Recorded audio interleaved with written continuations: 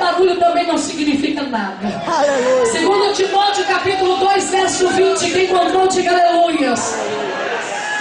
Vê se tem alguém do lado que está sem a Bíblia e dá uma carona para essa pessoa.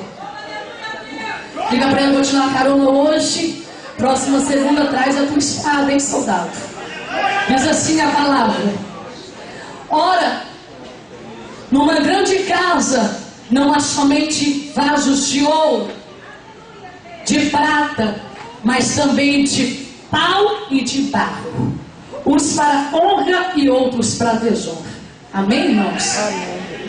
Ora, numa grande casa não há somente vasos de ouro, de prata, mas também de pau, em algumas traduções madeira, e de barro, uns para honra e outros para desonra. Pode tomar o teu assento, deixa a tua Bíblia do lado se você quiser deixá-la aberta, e dá uma salva de palmas bem alegre para Jesus. Glória a Deus. Dá uma salva de palmas bem alegre.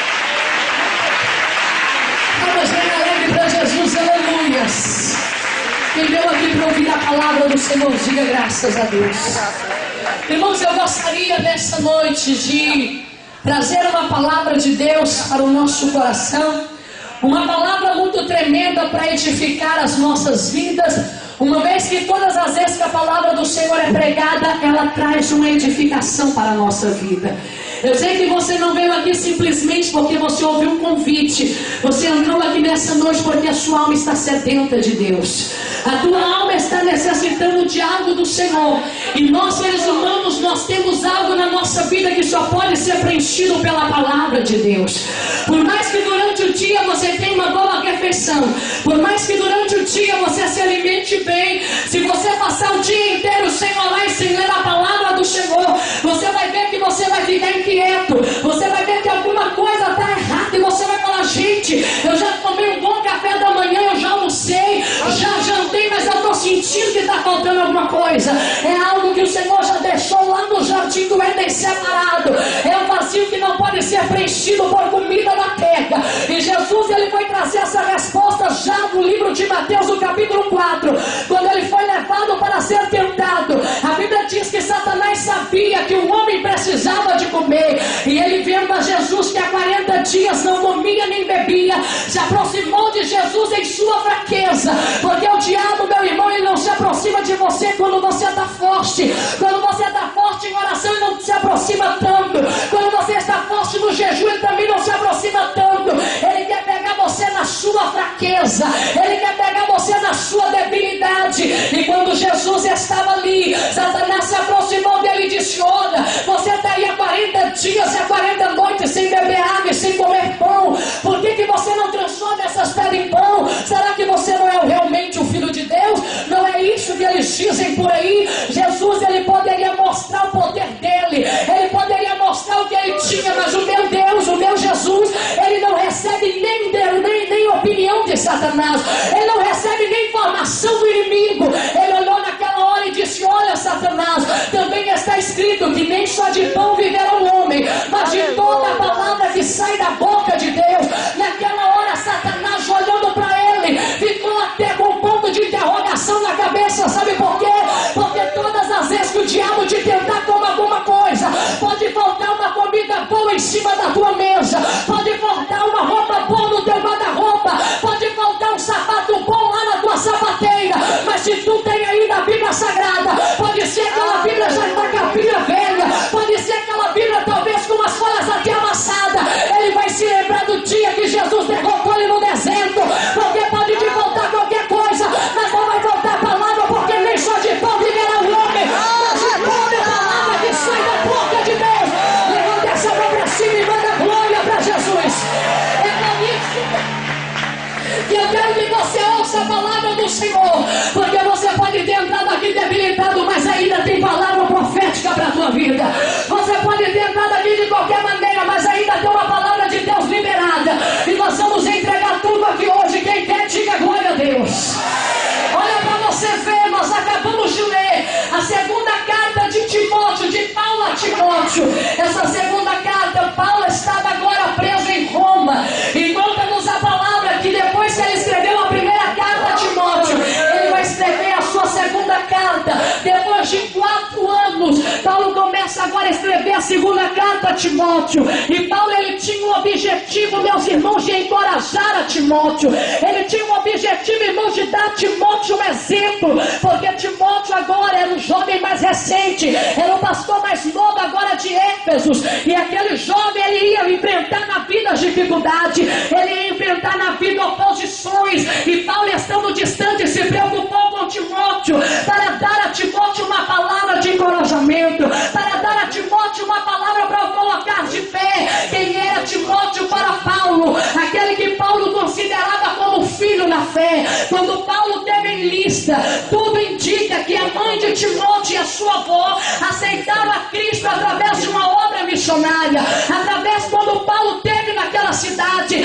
Assim logo aquele jovem Timóteo, ouvindo as palavras do Senhor, começou a se apaixonar pela leitura, começou a se apaixonar pelas coisas de Deus. E Timóteo agora, ele quis decidir a sua vida e entregar a sua vida e os seus caminhos ao Senhor. Timóteo começa agora a andar com Paulo, e algumas vezes ele esteve presente com Paulo, só que Paulo às vezes vivia pregando, e algumas vezes ia para prisões e para cadeias, mas sempre tinha aquela ligação. E Paulo via que Timóteo ia ser um grande homem de Deus, Paulo via que Timóteo ia ser um grande pregador da palavra de Deus. E Paulo começou a cuidar do caráter de Timóteo, porque nessa época, quando ele escreve essa segunda carta, a igreja de Éfesos começou a ter opositores, a igreja de Éfesos começou a ter homens para dividirem a igreja, homens para perturbar aquele povo. E Timóteo, agora vendo que estava na liderança da igreja, Timóteo começa a perceber que para ele, um jovem simples,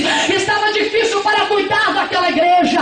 Timóteo, vendo aquela situação, Timóteo estava desencorajado a cuidar da igreja por causa dos opositores, por causa daqueles que vinham contra ele. Só que Paulo tinha um ingrediente muito tremendo para Timóteo, e disse: Timóteo, não preocupa com esses, mas fortifica-te na graça que é em Cristo Jesus. Não preocupa com esses homens, Timóteo, porque se você se fortificar na graça, se você entrar no serviço verdadeiro de Cristo e não se embaraçar com os negócios dessa vida, também haverá livramento para a sua vida, também haverá livramento para você. Eles poderão vir contra a tua vida, mas pelo mesmo caminho que eles vêm, eles voltarão para trás. Olha, Timóteo, eu não tenho muita coisa para te dizer, mas eu digo para você no capítulo 2, versículo 1: fortifica-te na graça que é em Cristo Jesus. Eu quero agora abrir parênteses para te dar um ingrediente. A igreja dos dias de hoje tem sido confrontada com o pecado, a igreja dos dias de hoje está sendo confrontada com a vaidade, e tem pessoa que no campo de batalha ele está sendo baleado, no campo de batalha ele está sendo atacado, mas vai saber como é que está a vida do cidadão, vai saber como é que está a vida de fulano. Mas nessa noite eu quero te dizer uma coisa: a força da igreja não está na mentira, a força da igreja não está na vaidade, a força da igreja não está na contenda, a força da igreja está no capítulo 2: fortificar na graça que é em Cristo Jesus. Fortifica-te na graça. Eu e você precisamos da graça, eu e você precisamos da unção, do poder do Espírito Santo. Paulo não queria levantar um fã, Paulo queria fazer um discípulo. A geração dos dias de hoje levanta fã, e o fã, ele respeita o teu pecado. O fã, você pode estar errado e ele fala: tu prega muito. Você pode estar errado e fala: você canta muito. Deus não está fazendo fã dentro da igreja. Quando Deus, ele ungiu os 12, quando a Bíblia nos conta que Jesus, ele unge os 12, ele disse: ide fazer discípulos. Se tem alguém aqui nessa noite que você está apoiando o erro de pregador, se você está apoiando o erro de cantor, eu quero te dizer uma coisa: Deus não tem caso contigo, porque Deus não quer fã, Deus quer discípulo. O discípulo vive a palavra, anda na palavra, come a palavra. O verdadeiro discípulo, ele não acorda o pecado, porque sabe que vive e anda segundo a verdade do grande mestre. Levanta essa mão só para o diabo passar mal e manda um glória bem alegre para Jesus. A Bíblia diz que Paulo, ele não vai fazer de Timóteo um fã, ele vai fazer de Timóteo um discípulo. A tristeza de Deus para esses últimos dias é que tem mais fã do que discípulo.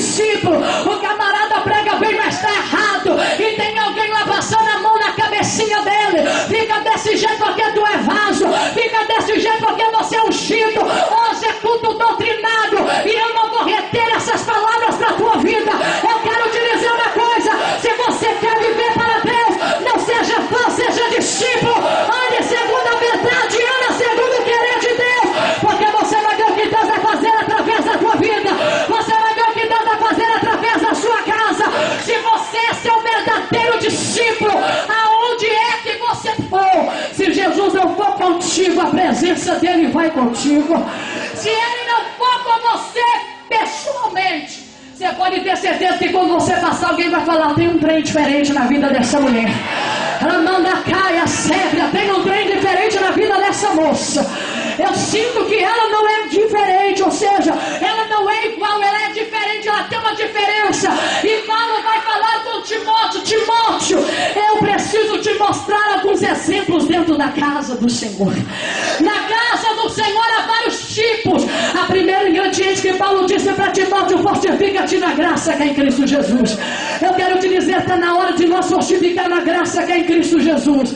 Está na hora da gente voltar a buscar a presença de Deus de verdade. Está na hora da gente parar de querer essa coisa magnética, essa coisa, meus irmãos, automática, que coloca um corinho de fogo e a pessoa, ela começa a balançar por causa do corinho, daqui a pouco está pulando, mas amanhã ou depois ela não tem graça, não tem força. Olha aqui, o fogo que o pregador acende, ele acaba depois do culto, mas o fogo que Deus acende, ele continua ardendo no teu peito, ele continua ardendo dentro de você. Está na hora da igreja fortificar na graça que é em Cristo Jesus. Está na hora da igreja fortificar na graça, e não é na irmã graça, é na graça que só tem Jesus. Levanta a mão e manda um glória para Ele. Paulo vai dizer: Timóteo, você é o responsável pela igreja de Éfeso. E eu te digo, Timóteo, você precisa ser um tipo de vaso. E olha, Timóteo, depois da minha partida, vão querer fazer a tua cabeça, vão querer te moldar ao costume deles, vão querer te moldar do jeito dele. Mas eu te digo que numa casa há vários tipos de vaso. Quem decide que vaso vai ser é tu, minha querida irmã. Quem decide que vaso você vai ser não é quem está na frente, não é quem está na regência. Quem decide quem vai ser e quem não vai ser é você, porque o oleiro está aqui para modelar a sua vida. Paulo vai dizer a Timóteo: numa casa existem vasos de ouro. Diga: vasos de ouro. Paulo disse para Timóteo: olha, não entrou a fundo, mas ele disse: Timóteo, se você quiser, você pode ser um vaso de ouro. Mas eu quero te dizer que o vaso de ouro ele não é importante para a casa de Deus. O vaso de ouro ele não é importante, sabe por quê? Porque o ouro ele tem sinônimo de poder. O ouro tem sinônimo de beleza. Uma vez que você já tem o poder, você tem a beleza, automaticamente você descarta a graça de Deus. Automaticamente você descarta o que Deus tem para ti. Quem é na Bíblia que pode ser comparado como um vaso de ouro? O grande jovem chamado Saul. Se você for ler em 1 Samuel, no capítulo de 1 a 9, o povo começa a rejeitar a Samuel. Eles começam a rejeitar porque Samuel está velho, porque Samuel não chega cedo, talvez no sacrifício, porque Samuel talvez atrasava nos cultos. Só que eu tenho aqui um recado para Satanás bater cabeça na parede. Eu tenho um recado para dizer uma coisa: tem muita pessoa trocando jovem, nada contra. Tem muita pessoa trocando jovem por, ou seja, trocando os velhos por causa do jovem. Ah, aquela irmã já está velhinha, aquele irmão já está velhinho, não aguenta muita coisa. Então coloca o jovem sem sabedoria, coloca o jovem sem comprometimento e vai jogando os obreiros para lá, vai jogando os obreiros que tem vida com Deus para trás. Mas eu quero te dizer: olha para cá, crente, olha para cá. Eu vim aqui para te dizer uma coisa: o teu cabelinho pode estar branco, as tuas pernas já podem estar tremendo, o seu corpo já pode estar fraco, mas eu quero te dizer que o unção de Deus não tem data de vencimento. Se você tem compromisso com Deus, a unção ainda está valendo. Se você tem compromisso com Deus,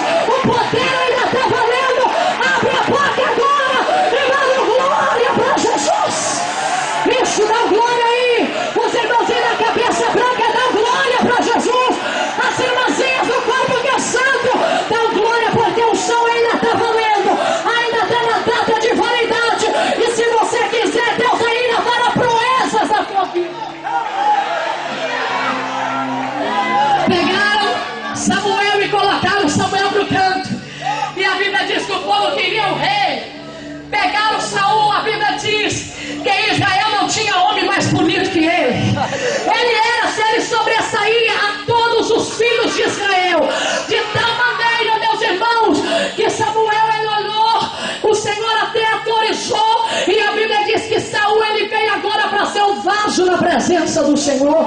Quando Saul veio, a Bíblia diz que de todos os homens que havia naquela época, ele era o mais bonito, era o mais vistoso. Não tinha um israelita como Saul. E Saul, ele se posicionou como um vaso de ouro.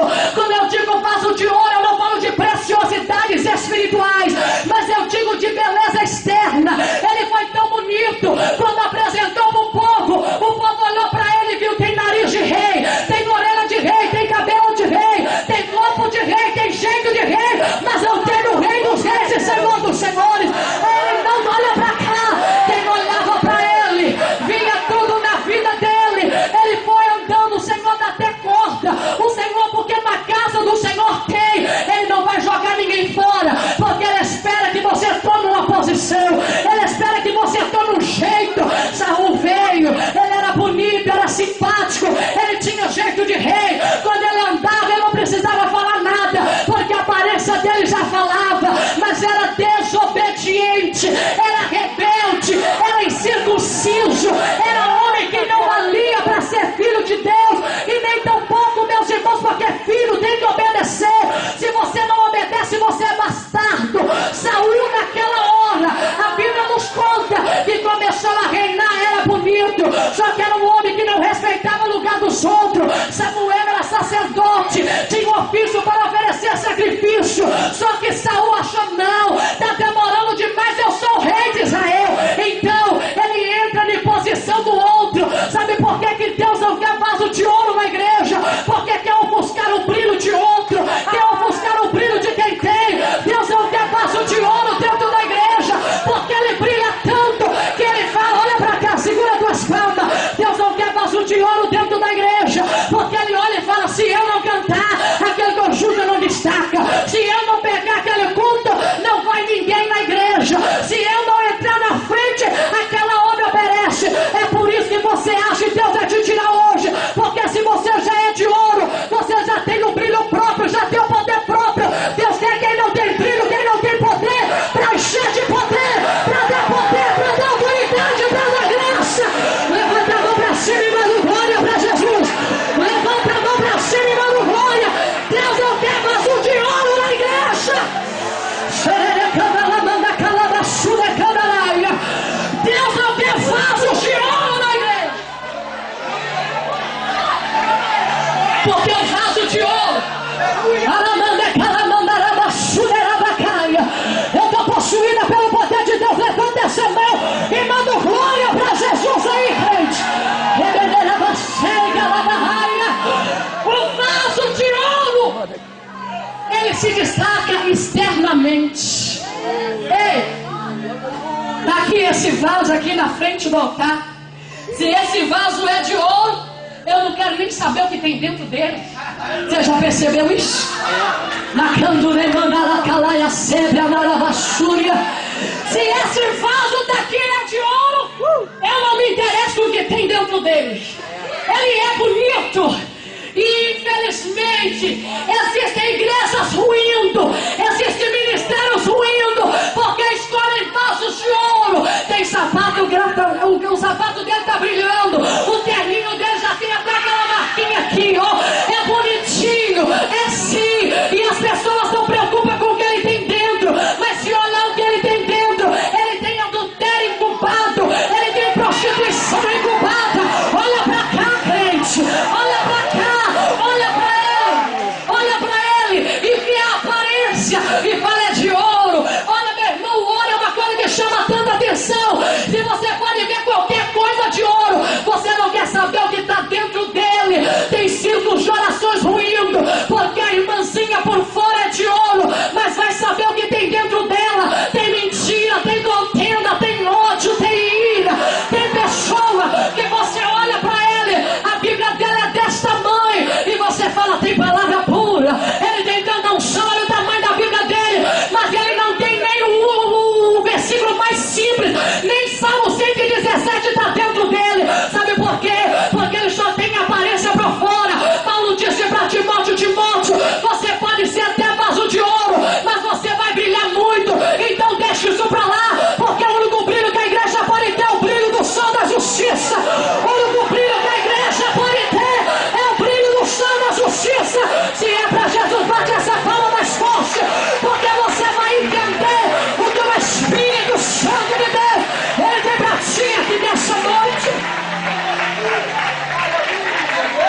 Saul, ele era vaso de ouro. O vaso de ouro para nada serve, sabe por quê? Porque quem olha para o vaso de ouro, não importa com quem ele tem dentro. E eu quero te dizer uma coisa: o meu Deus não olha para o lado de fora, ele olha para o lado de dentro.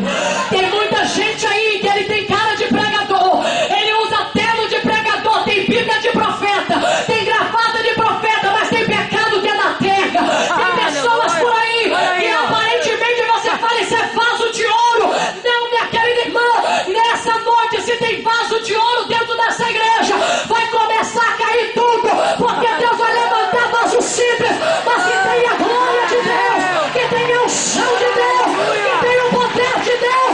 Vaso que não parece que é vaso, mas quando prega Deus fala, mas quando canta Deus responde, mas quando profetiza a profecia é certa, é grave, é verdadeira. Meu Deus! Saul era vaso de ouro. E eu quero te dizer, ele brilhou tanto que chegou uma hora que Deus falou com ele: eu estou cansado desse homem, Samuel, eu não sei até quando você vai ter paciência, porque a minha já esgotou. E Deus está esgotado com crente. Sabe por quê? Porque ele acha que ele aparece demais. E o dia que você aparecer muito, Jesus vai cascar fora da sua vida. O dia que você aparecer muito, é eu que prega, é eu que canta, é eu que faço, tu não faz, tu não prega, tu não canta. Quem faz é Jesus na tua vida. Ele disse: sem mim nada podeis fazer. Você só faz porque ele está na tua vida. Se ele está na tua vida, tu faz mesmo. Tu mata urso, mata leão, ainda pisa na cabeça do gigante.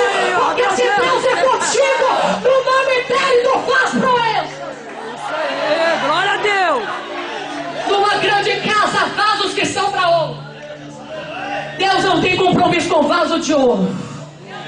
A segunda espécie de vaso, Paulo disse: Timóteo, se tu quiser, tu pode ser vaso de ouro, mas não vai ter nada para Jesus brilhar na tua vida, não. O outro estilo de vaso, vaso de prata, que é quase igual ao ouro, mas só serve para embelezar. Se você polir um pouquinho, até dá brilho, mas daqui a um tempo embaça tudo. Aleluia! Que tipo de crente é esse na Bíblia? Geazi. Geazi é o tipo de vaso que ele só aparece porque tinha um cheio do lado dele que era Eliseu. Mas o camarada não tinha nada de Deus, não tinha unção de Deus, era prepotente, era exaltadinho. Olha, hoje eu estava estudando sobre ele, Geazi. Se eu topasse com ele na rua, eu acho que eu brigava com ele. E se você também topasse com ele, você brigava com ele, porque ele tinha um ato de perguntar: vai tudo bem contigo? Você sabe aquele povinho que quer saber da sua vida disfarçado? É isso mesmo, é? Aquele povinho, aí, irmã, como é que tá lá? É assim pra mesmo. sair e falar. Ele chegou perto da Sunamita e falou: vai tudo bem contigo? Ela disse: tá tudo bem. E com teu marido também tá bem, e com teu filho tá bem também. Você quer saber mais de quê, ô fofoqueiro? Olha aí, ó. Por aí mesmo, ó. Olha pra cá, não bate palma ainda não. Você só bate palma pra adorar Deus. Olha aqui, Geazi, ele era um tipo de vaso de prata.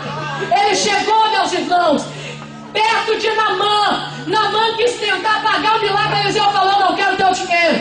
Ele chegou lá e falou: Naamã, tá tudo bem? E Naamã falou: tá sim. Ele disse: olha, estou precisando disso e daquilo.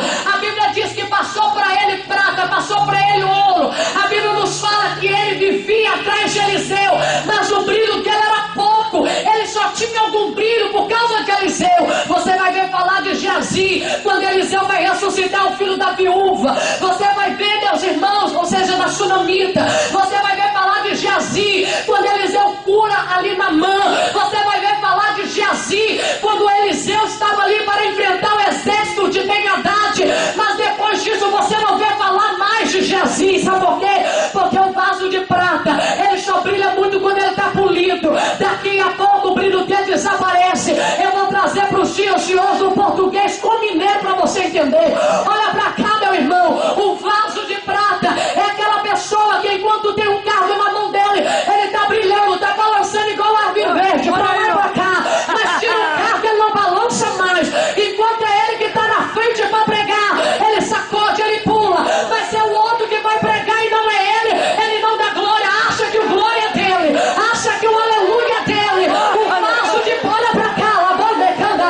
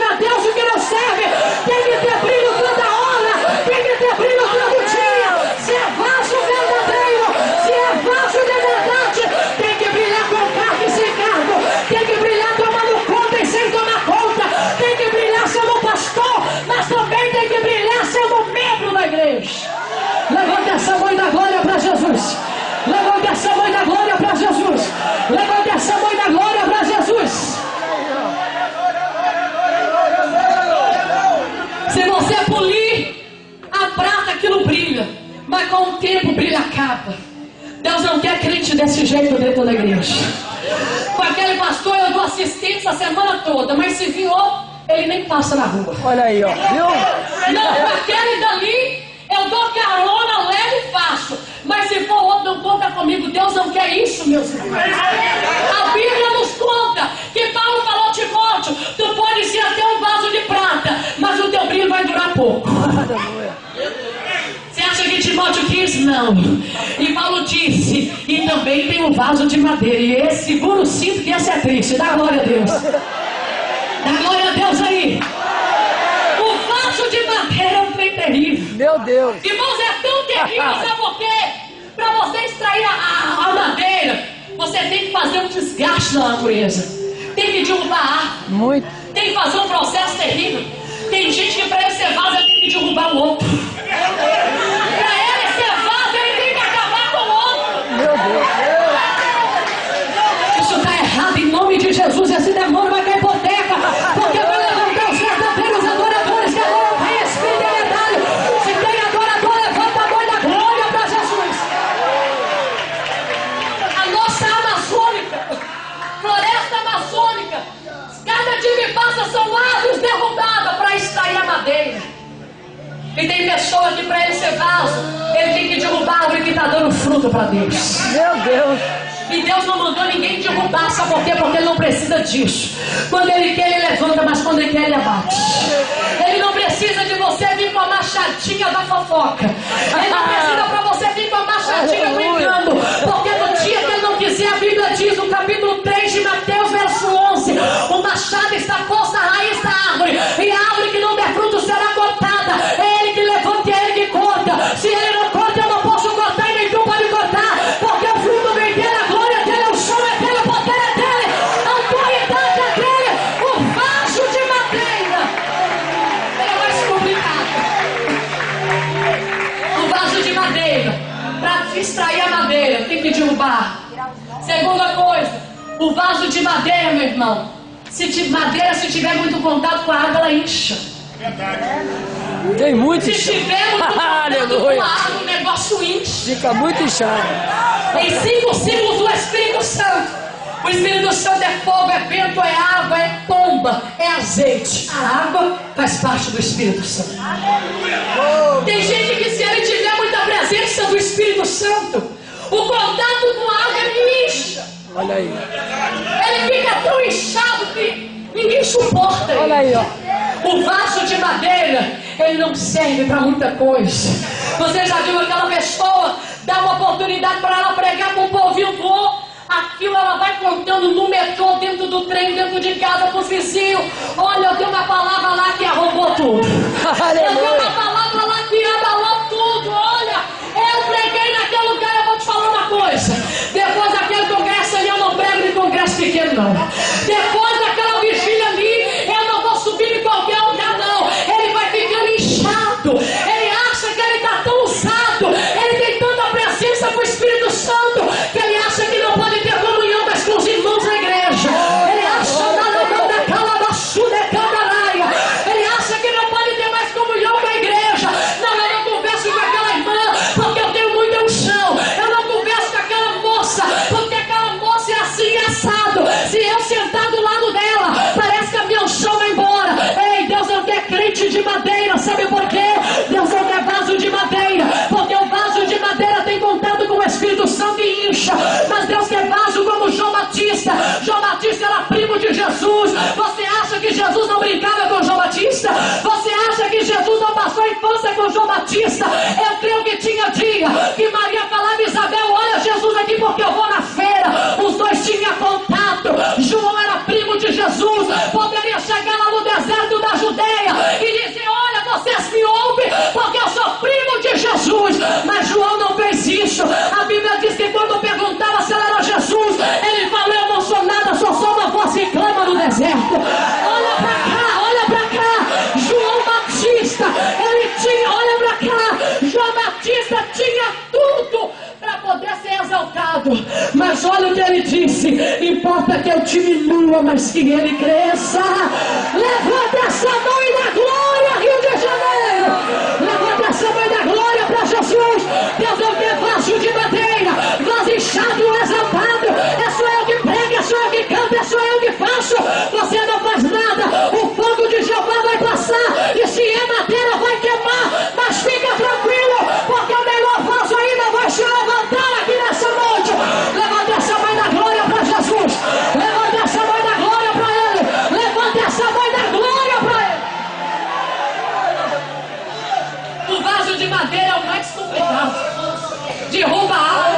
Olha aí, ó.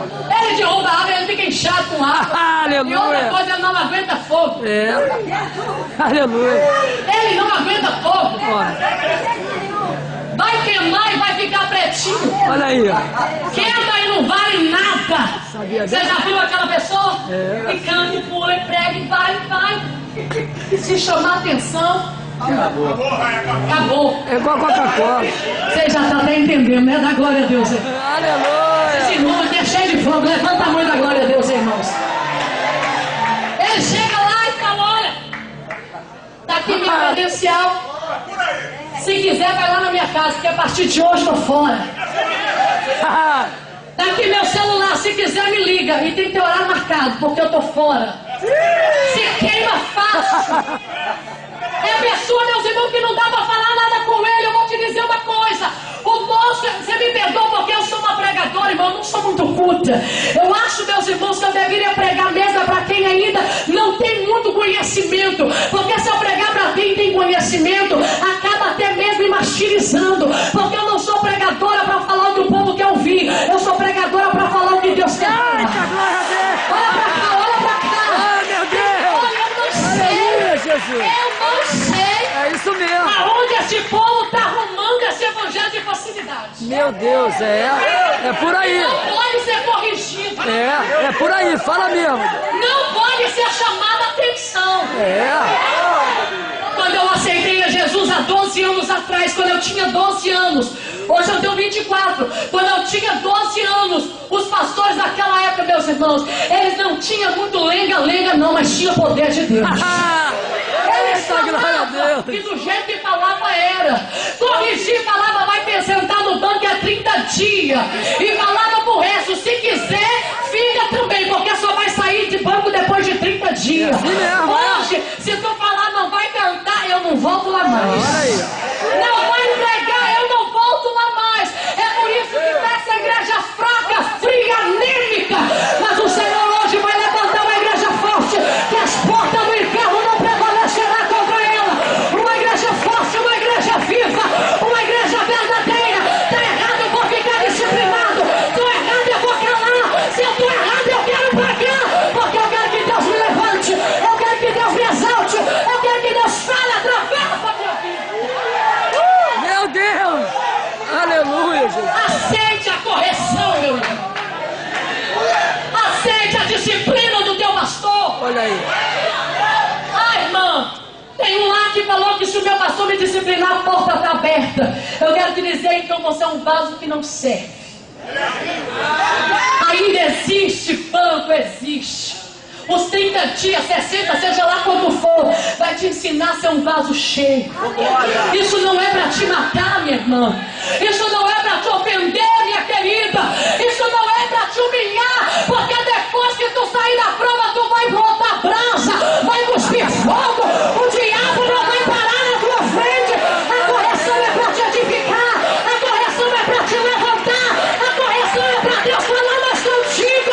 A correção é para nos deixar aprovado na obra de Deus. Eu vou te dizer uma coisa.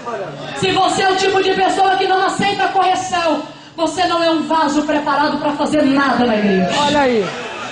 Eu queria ser mais simpática para pregar essa palavra, mas eu preciso ser sincera. É despejado mesmo. Eu queria ter mais um senso de humor para falar essa palavra, mas estamos vivendo uma época de um tanto de vaso de rebeldia. Meu Deus. Não aceita correção. Ah, se falar comigo eu vou para outra. Pega 5 ônibus e ainda pega metrô para ir lá pro outro lado. Não, o verdadeiro vaso, ele não se enche, não se queima.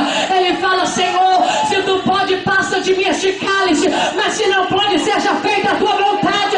Jesus é o verdadeiro vaso, aprenda com ele. Se você pode exaltar a ele, exalte a ele. Tá difícil para dar glória, mas dá glória a si mesmo. Se gostou da glória, se não gostou da glória também. O importante é você dar glória para Jesus. O importante é tu dar glória para ele.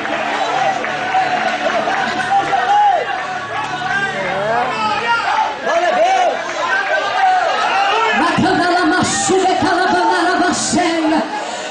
Mandara sure cambura, mandara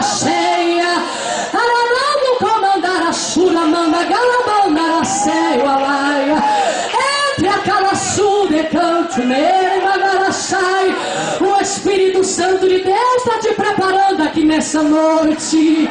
Porque tem muita gente para a tua vida aí, crente. Será que você pode dar glória? Paulo disse: Timóteo, se tu for um vaso de ouro, tu brilha muito, não serve. Se tu quiser ser um vaso de prata, seu brilho vai brilhar pouco. Você é o repórter. Se tu quiser ser de madeira, não vai render muito não. Agora tem vaso de barro. E é desse que Jesus gosta. Levanta a mão aí, minha irmã, e dá glória para Jesus. O vaso de barro, ele é tão precioso por Deus, porque ele fala da obra-prima de Deus. Sabe de onde tu veio, minha irmã? Tu não veio de uma vitrine, não. Tu veio do barro. Você não veio de uma vitrine, não. Agora que você está ajeitada. Mas tu sabe de onde é que Deus te tirou. Tu sabe, hoje tu tá bonitinho, mas tu sabe de onde é que Deus te trouxe. O barro, meus irmãos, ele está aonde o ouro não está. Tá por quê? Porque vaso de ouro não quer ir pra cadeia fazer visita. O quê? Meu Deus. Lá eu não vou não. Ele é tão precioso que ele não quer fazer uma visita na cadeia. Ele acha que tem seu irmãozinho. Ela não serve. O vaso, irmãos, de prata, ele tem um brilho, mas depende se alguém ficar alisando ele. Enquanto tiver elogio, está resplandecendo. Enquanto tiver, ó, vem, que sou contigo, estou contigo, vamos jantar, vamos lá, o vaso de madeira, dependendo do lugar que ele está, porque ele é vulnerável, ele muda muito fácil. Meu Deus. Agora o vaso de barro, só Deus tem capacidade de buscar a ele. Porque o vaso de barro, você não acha ele na praia. Você não acha ele, meus irmãos, em qualquer lugar. Você acha ele lá no meio do barro. Ou seja, lá no meio do pântano, lá no meio do mato, lá naquele lamaçal. Porque é de lá que sai vaso. Aleluia. Quando você vê uma pessoa chegar e fazer e criar, fica com medo. Agora quando você vê um que vem lá do lamaçal, você pode colocar as coisas na mão dele, porque ele vai zelar. Você pode colocar, porque ele sabe de onde ele veio. O vaso de barro, ele sabe de um lamaçal. Ele passa por um processo.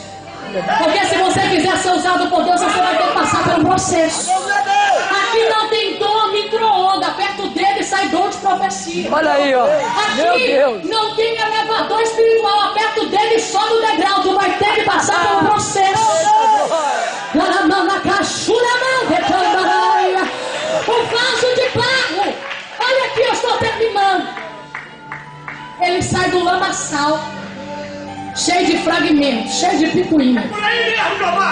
Você viu quando você saiu de lá? Você fumava, bebia, prostituía, adulterava, mentia, roubava, caluniava. Você fazia de tudo. O Senhor foi lá onde ninguém foi. Porque eu vou te falar uma coisa: só oleiro vai aonde tem barro, mas ninguém. Pelo contrário, a dona de casa tira de dentro da casa. Menino, não entra aqui que esse chinelo cheio de barro, não. Tira o chinelo lá fora para tu entrar, que a casa tá limpa. Mas o oleiro não. É por isso que em Jeremias 18, o nosso Deus é o oleiro e nós somos o barro. Porque onde a sua família não queria te buscar, ele te buscou. Você estava tão afundado na cocaína que a tua mãe falou: eu lembro dele quando ele saiu da maternidade, mas não dá para buscar ele mais não, porque ele está perdido. Deus olhou e falou: eu vou buscar, e eu vou fazer dele um pregador da minha palavra. Você estava tão afundada nas coisas erradas que o seu pai, a sua mãe falou: é minha filha, mas ela está tão longe que não dá para buscar ela. Ela está tão longe que não dá para ir onde ela está. O Senhor te buscou na boca de droga. O Senhor te buscou no prostíbulo. O Senhor te buscou no mundo. O Senhor te buscou na vida errante e te trouxe para a casa dele. Você viu como foi para você ser o que você é hoje? Depois que o oleiro tira lá do lamaçal, ele coloca dentro de uma bacia e coloca água. E ali ele esquece o barro um pouco. Você já percebeu? Você veio para a igreja, você queria pregar na marra. Aí o pastor podia me colocar hoje para pregar, mas tu ainda não estava preparado. Não, o pastor tem que me pôr hoje porque a igreja está cheia. Ele tem que me colocar hoje porque hoje eu vou dar o melhor. Mas tinha fragmento. E você ficou ali, ó, de molho. Quem já ficou de molho aqui? Quando eu comecei a pregar, o pastor só deixava eu pregar segunda e sábado. Porque ele falava que eu falava demais. Então esses dias tinha menos pessoa. Mas hoje eu posso glorificar a Deus porque eu fiquei de molho. Mas o oleiro me tirou de lá. Será que você pode levantar a mão e dar glória a Deus? E às vezes eu ficava brava e falei, Senhor, mas eu estudo tanto a palavra para pregar, mas ele só deixa eu pregar nos cultos que tem menos pessoa. Sábado não dá, só dava criança para comer salgadinho e chupar bala. A gente não ia no sábado. Na segunda era uma palavrinha rápida. Assim que acontece quando você sai do lamaçal, você precisa esperar o tempo do oleiro te colocar de molho. E enquanto você está de molho, ele está na roda mexendo em outro vaso. E você fala, Senhor, mas ela já tem dor, ela já tem isso, tem aquilo, Deus está usando, e você parece que está esquecido. Mas eu quero te dizer, se ele lembrou de você tirando lá do lamaçal, você pode ter certeza que ele não te esqueceu. Ele só está esperando uma purificação, porque daqui a pouco você vai ser um vaso verdadeiro na obra de Deus. Você vai ser um verdadeiro vaso usado, ungido, cheio, transportando da graça de Deus. Olha pra cá. Você fica de molho. Alguns fragmentos que saem lá do lamaçal precisam ser tirados. Depois você vai para a roda. E ali a sua vida vai rodar, que você vai falar, parece que você vai perder a direção. Quando você vem para a igreja, você chega aquela alegria, sai lá do lamaçal. Aí depois já começa a ver que está de molho. Quando você vai para a roda, é um levante lá no seu emprego, é um levante lá na sua casa, é um levante talvez até na área espiritual. Sabe por quê? Porque você está rodando e parece que você perdeu o controle, mas o oleiro ainda está com as mãos sobre a tua vida. E quando sai aquele vaso, ele vai para a fornalha. E a fornalha, meu irmão, quem era mentiroso começa a falar a verdade. Na fornalha, quem gostava de passar o outro para trás, ele vai começar a andar para frente, vai fazer o outro andar para frente. Na fornalha, quem gostava de fazer coisa errada, ele vai começar a ser queimado. E o fogo queima, queima, queima e purifica. Sabe quando é, meus irmãos, que o oleiro sabe que o vaso está pronto? Ele coloca o vaso lá dentro da fornalha. E ele dá uma batida aqui fora. Se o vaso na fornalha, lá no fogo, ele grita, ou seja, dá um barulho, dá um zumbido do lado de fora, ele bate na fornalha. Se ele escutar um barulho, pode tirar porque o vaso está pronto. Agora se ele bater do lado de fora e não escutar barulho, pode saber, não serviu, queimou no fogo. Você sabe quando Deus sabe que você está pronto? É quando que mesmo no fogo você produz glória a Deus, aleluia. Mesmo no fogo, tu produz glória a Deus. A fornalha tá, o oleiro está do lado de fora, mas tu está dando glória. Está desempregado, mas está dando glória. Está enfermo, mas está dando glória. Está passando luta, mas está dando glória. Se tem vaso preparado para sair da fornalha, abre a sua boca, use a tua mão e dê glória para Jesus, dê aleluia para Ele, porque Ele vai te tirar hoje dessa fornalha. Glória a Deus.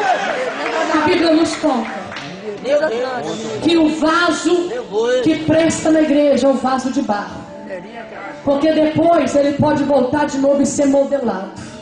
Ele pode voltar de novo, e a Bíblia diz em 2 Coríntios 4:7: nós temos, pois, essas preciosidades em vasos de... Vocês não sabem?